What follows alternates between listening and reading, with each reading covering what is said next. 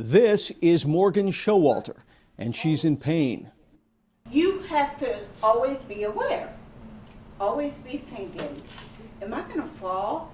This is Morgan Showalter in her sensible white shoes and a blue scarf that might help her hide the pain. And yes, everyone in the hallway is Morgan Showalter, or an actor rehearsing to play what's called a standardized patient. Each has multiple sclerosis. Symptoms are getting worse, so whether the person is Ms. or Mr. Showalter, the aim is to prepare for the scrutiny of an interprofessional medical team. Each actor's role is a teaching gig on a very important day. UMB's third annual IPE Day draws participants from all its schools. With the guidance of faculty and even the actors, students are given the opportunity to learn from, with, and about one another. Going in, several express high expectations and a desire to debunk myths. I think we all have stereotypes that we have in our head, images of what different professions are, what they do. I hope that today sort of breaks some of those down as we meet actual individuals in those professions. A lot of people look at physical therapists. First off, I've heard a lot of people think that we're personal trainers, kind of, and that's definitely not true. So one of my teachers likes to refer to us as biomechanical experts. So we know how the body works, how it's supposed to work, and we try to fix it when it's not working right. Oh, the graduate school. Well, we're all introverted, you know that. We don't talk to anybody, we don't do interviews, we don't go and do Interprofessional Education Day type things. So that's one of the big stereotypes, I think, surrounds graduate students, is they just kind of want to stay in the lab and they don't want to do anything outside of that. And, you see some people like that, but there's a lot of people outside of that. And it'll be good for them to kind of meet me, hopefully, and they can see that there's, we're not all like that. I feel that definitely the other professions probably think pharmacists count pills all day behind the counter and put it in a bottle and then give it to the patient. However, I want to demystify that myth of pharmacists, because we do much more than that, where we also do patient counseling and we have to deal with insurance and we have to call the doctors to make sure if there's ever something wrong with a medication or if there's a drug-drug interaction.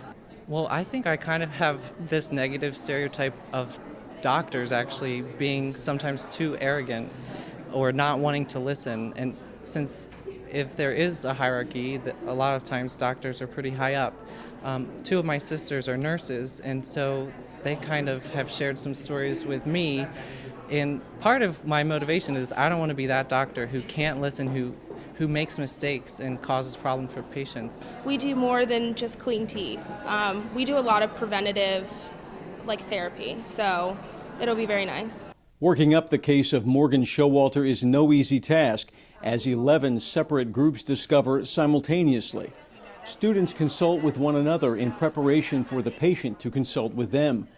Given a report of MS diagnosed at least 5 years ago, the team at each table reviews meds, mindset, dexterity, and the risks of living in an apartment upstairs. The physical environment, being able to modify that by having someone come in and just put eyes on it. We already solved the stairs. You can't get up the stairs. Right, I know, we already discussed that. How We're getting a lawyer. Regardless of this stage in the disease, it's going to get worse and worse. So I think he's been okay for this point on, but it's going to be a massive change. It would be easier for them to transition into a family setting, but if they're not okay with that, then they have to be okay with having all these other groups coming into them. So we don't know. We need to ask who's supportive in his or her life. The social network, definitely. Yeah, well, right now he's going to got interrupted. Great teamwork. Asking any other things that jump out. That's helpless. Yeah, he feels powerless, helpless. Like I said, I think the peer support group. And then the other big thing is working on getting him new housing. So I want to know, when did it start? Where is the pain? What does the pain feel like? So we can help him, and even occupational therapy, they could do more of the household items, and we could work on specifically his balance, but they could work with him on his coordination. Students share many points of view, collaborating as one big group before they hear from Morgan Showalter. The patient shares one problem after another, including an agonizing trip to a dentist who didn't get why it's so hard to brush or floss. He was sort of, trying to tastefully bitch at me to get me to floss and to brush more. And I was like, dude, I can't make my hands work some days. The surprise factor of never quite knowing how I'm going to feel or when my body is or isn't going to work is getting increasingly hard to deal with. The level of pain is getting a bit worse over time. All of it, just sort of like I said, the fact that I never quite know what's going to happen is in some ways the most problematic. So kind of like not this unpredictability of what every day is going to be like. Yep, every hour. Every hour even. Morgan Showalter heads to the waiting room while his many IPE teams assess the case. They suggest solutions from how best to inject medicine to dental hygiene tools. Every discipline gets a say. The patient returns to a team that this time includes a lawyer. Our hope for that would be to sit down with your landlord and to explain your needs, explain why it really was getting difficult for you to go up the stairs, and that it would be much safer and better to get a bottom apartment, and to kind of see if we can just use persuasion first. If that was ultimately unsuccessful, we would definitely want to explore other options. Now, we did have some recommendations. However, because your rebif for your multiple sclerosis is free by Medicaid, we want to look through a list to make sure that maybe there are some other medications that are free as well, and that way you don't have to pay a thing. It's a common misconception to not exercise. So actually exercising is good, and we want to promote that. So we were talking about how it would be a good thing for you to come into physical therapy. And physical therapy could be a good option for your pain. We could possibly manage it without having to go the medication route. Faculty and students hear the group's action plan and the patient's response while preparing for a wrap-up that invites student opinion. I'm in law school, and so I'm a third-year law student. Most groups that I work with are normally all legal fact pattern, legal-based, but today's activity itself is very interesting because for a change, the same facts apply to numerous professions across the board. And so the same eyes were kind of zoning in on and spotting issues of different things that pertain to our own unique fields, whether it be dentistry, legal, medical, nursing, all across the board. And I found that was really cool. But I sort of felt like we missed the boat in that we didn't address really the patient's pain. He didn't walk out of there with a plan for his pain. I just know if we see patients in our clinicals, and if we didn't address that with our patients, they sure would let us know.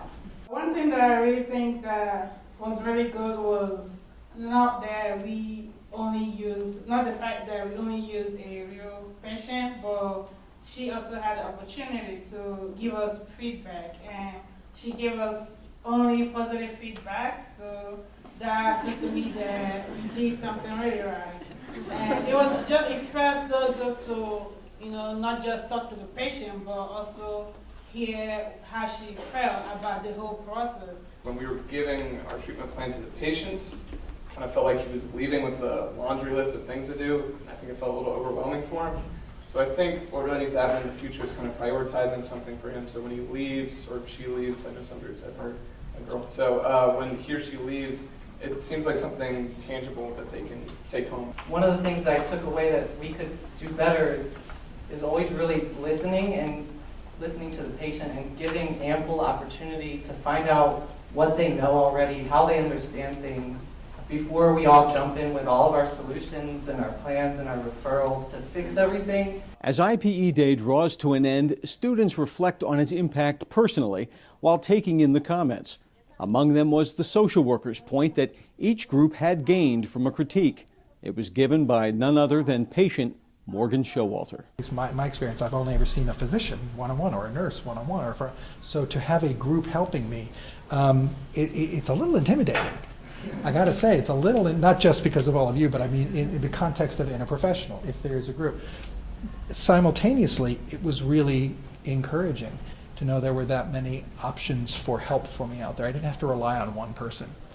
I'm used to interacting with pharmacy students only, but because I know now that not only do I need to work for my patients, but for example, I might have a social work patient who needs my help, or it could be someone else's patient, but I am empowered knowing that other people are relying on me. Really sitting down for a minute to just think about the fields outside of your own, because I feel like that's hard to do before you have an experience like this where you can like see everyone's input on the different scenarios. A lot of the times with our group, we had a lot of strong feelings with how, maybe one may seem more important. So this teamwork was needed for a lot of us, me as well, because I could definitely see where one would want to push more with their field than others, and they weren't as accepting.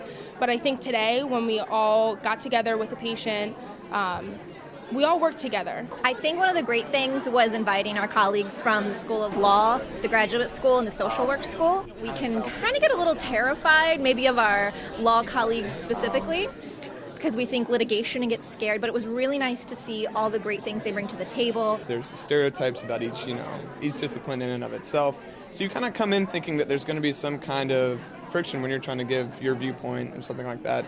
And one thing I noticed, at least with students, that may not be true with professionals in the field, is that everyone here is open to hearing what you're trying to say. So the one big takeaway for me is that it's encouraging that this next big group of future professionals is open to that style of approaching a problem. I got to experience all the different schools at my one table, so I really got to learn a lot about dental hygienists. They have so much more knowledge than I was aware of. And the law students and social work, they knew so much more about the housing situations and stuff than I did that it made it really, I learned a lot from them. And I think I was able to kind of maybe put to rest a little bit the misconception about physical therapists that I mentioned earlier. So we really got to share with each other what we bring to the table, and together it really was a perfect plan for our patient.